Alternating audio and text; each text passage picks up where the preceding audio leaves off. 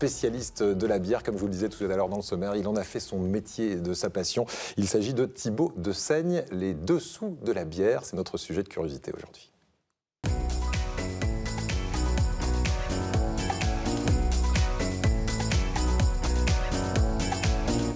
Et à l'heure de l'apéritif, ça tombe très bien. Bonjour Thibaut. Bonjour Eric. Alors, vous êtes cofondateur d'un site internet dont on a parlé ici dans cette émission il y a quelques mois, Beeropolis.com. Comment se porte Beeropolis.com d'abord ? Très très bien. Voilà, c'est un site internet créé sur la Côte d'Azur et vous travaillez maintenant avec la France entière, voire le monde entier, commande des bières sur votre site internet. Hein, c'est ça, on peut trouver des bières de partout en France et également à l'étranger, donc on fait découvrir des produits vraiment exceptionnels. Et vous faites le tour de France des microbrasseries, ça nous intéresse puisque ce matin on avait envie d'en savoir plus sur ce breuvage très populaire qui coule à flot par exemple pendant les férias dans notre région. Voici un sujet tout d'abord qui nous raconte l'histoire de la bière à travers les âges. Regardez.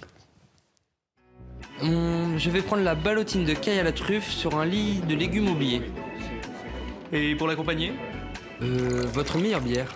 Et oui, en 2019, la bière, c'est chic. De mémoire d'humain, on ne sait pas si ce sont les Égyptiens ou les Chinois qui ont commencé à descendre des pintes. Mais ce dont on est sûr, c'est qu'il y a 5000 ans, les Sumériens vouaient un culte à leur déesse de la bière, nommée Ninkasi, une manière de se donner bonne conscience. Mais si les hommes sont si friands de cette boisson, c'est avant tout parce qu'elle était on ne peut plus simple à faire. Du blé, de l'orge, de l'avoine ou du maïs et de l'eau qu'on laissait fermenter. Les levures transformaient le sucre en alcool et en bulles, et pchit, ça faisait de la bière.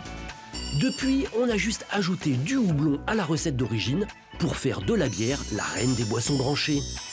Et sa cote de popularité ne fait que grandir. Dans tout l'Hexagone, de nouveaux brasseurs fleurissent. 70% de la bière que nous buvons est française. Cocorico. Si bien que nos producteurs de céréales et de houblon ont un peu de mal à suivre la cadence. Pourtant, au palmarès des grands consommateurs de bière, nous sommes très loin derrière les Tchèques, les Allemands ou les Autrichiens. Le Français moyen, lui, ne boit que 32 litres de bière. Raisonnable les petits Frenchies, mais les chiffres augmentent. Alors, vous connaissez la chanson ? Avec modération. Allez, avec modération, et nous on va être assoiffés de savoir comment ça se fabrique une bière. Dans un instant, vous allez nous raconter le brassage. Mais juste avant, comment ça se fait qu'on parle des Égyptiens, on parle des Sumériens, il y a aussi les Chinois, vous m'avez dit, qui étaient un petit peu précurseurs dans le domaine de la bière ? Exactement. On a du mal à donner la vraie parenté de la bière, mais par exemple, les Chinois faisaient de la bière à base de maïs, sans houblon, il y a plusieurs milliers d'années. Les Égyptiens faisaient pareil de la bière avec de l'orge. Donc on a du mal encore à définir qui a vraiment commencé, mais la bière artisanale a une parenté mondiale. Alors pourquoi est-ce qu'il y a un regain d'intérêt pour la bière ? Moi j'ai l'impression, il y a des microbrasseries qui se créent tous les jours, un peu partout et particulièrement dans notre région. Pourquoi les Français se tournent de plus en plus vers cette boisson ?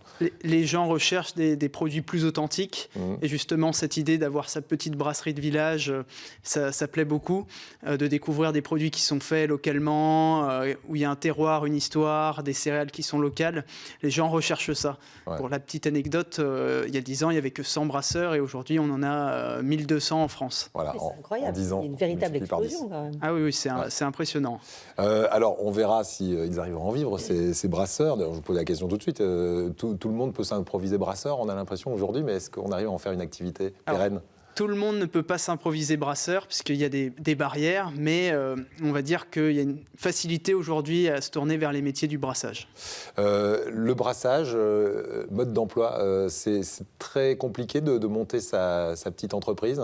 Alors, pour pouvoir en vivre, oui, c'est compliqué. Mais pour pouvoir faire de la bière, par exemple en amateur, c'est beaucoup plus simple et les méthodes de brassage sont assez simples. Ouais. Il y a justement des petites brasseries qui donnent des cours. On arrive, on a un petit kit et puis on repart avec sa petite bière. Bon, ça c'est vrai, ça se fait beaucoup maintenant. Oui, ça se fait beaucoup. On peut fabriquer sa bière à la maison. Faire connaître les bières. Voilà.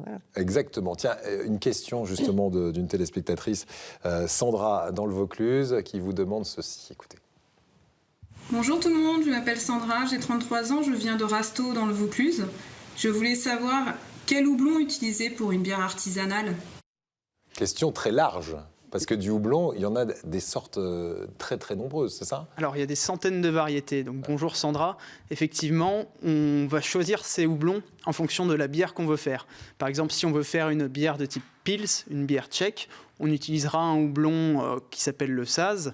Ou pour faire une bière qui s'appelle une IPA, qui est une bière qui est très amère, on utilisera d'autres variétés de houblons qui vont apporter justement plus d'amertume. Alors, tiens, en parlant d'amertume, vrai ou faux, toutes les bières sont amères?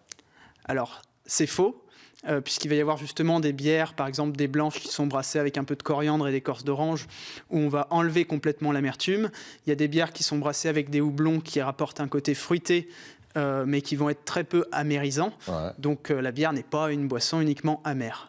Alors, on a des images, là, tiens, on va les mettre d'ailleurs en plein écran si on peut, d'un brasseur. Ça prend combien de temps pour sortir une bière à partir du moment où on prend ce houblon? Il faut ensuite le malter, c'est-à-dire le faire griller en quelque sorte, c'est ça? C'est ça. Et quelles sont les étapes?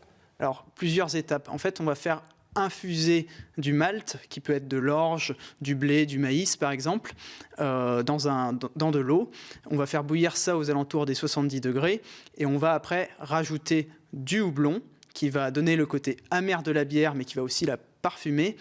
Et ensuite, on laisse reposer tout ça pendant plusieurs semaines avec des petites levures qui vont transformer les sucres en alcool. Vrai ou faux, en parlant de sucre, la bière fait grossir, vrai ou faux? Alors, vrai et faux. Il faut encore une fois bien choisir sa bière.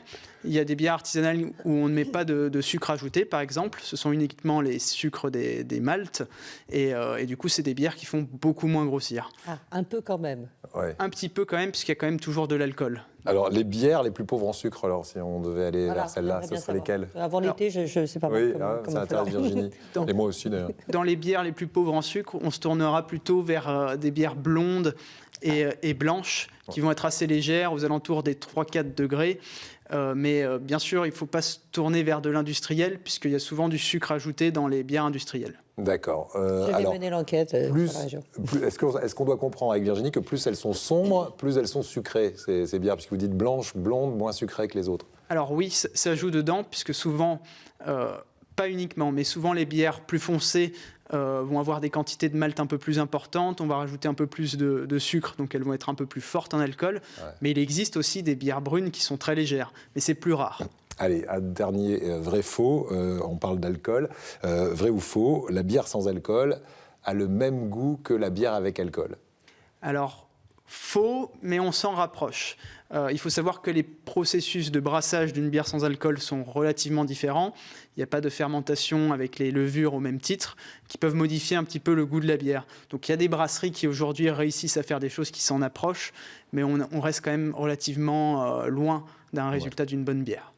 Merci Thibaut. Une dernière question peut-être Virginie? Non, je crois qu'on a fait le tour. Non, les bières les moins alcoolisées, c'est quoi le degré Oui, le minimum d'alcool qu'on peut trouver dans une d'alcool. bière alcoolisée. sans tomber dans la sans alcool? Alors on a des bières très très légères qui sont des bières acides, qui sont par exemple des Berliner Weiss, qui ne sont pas du tout amères, qui vont se situer aux alentours des 3 degrés par D'accord. exemple.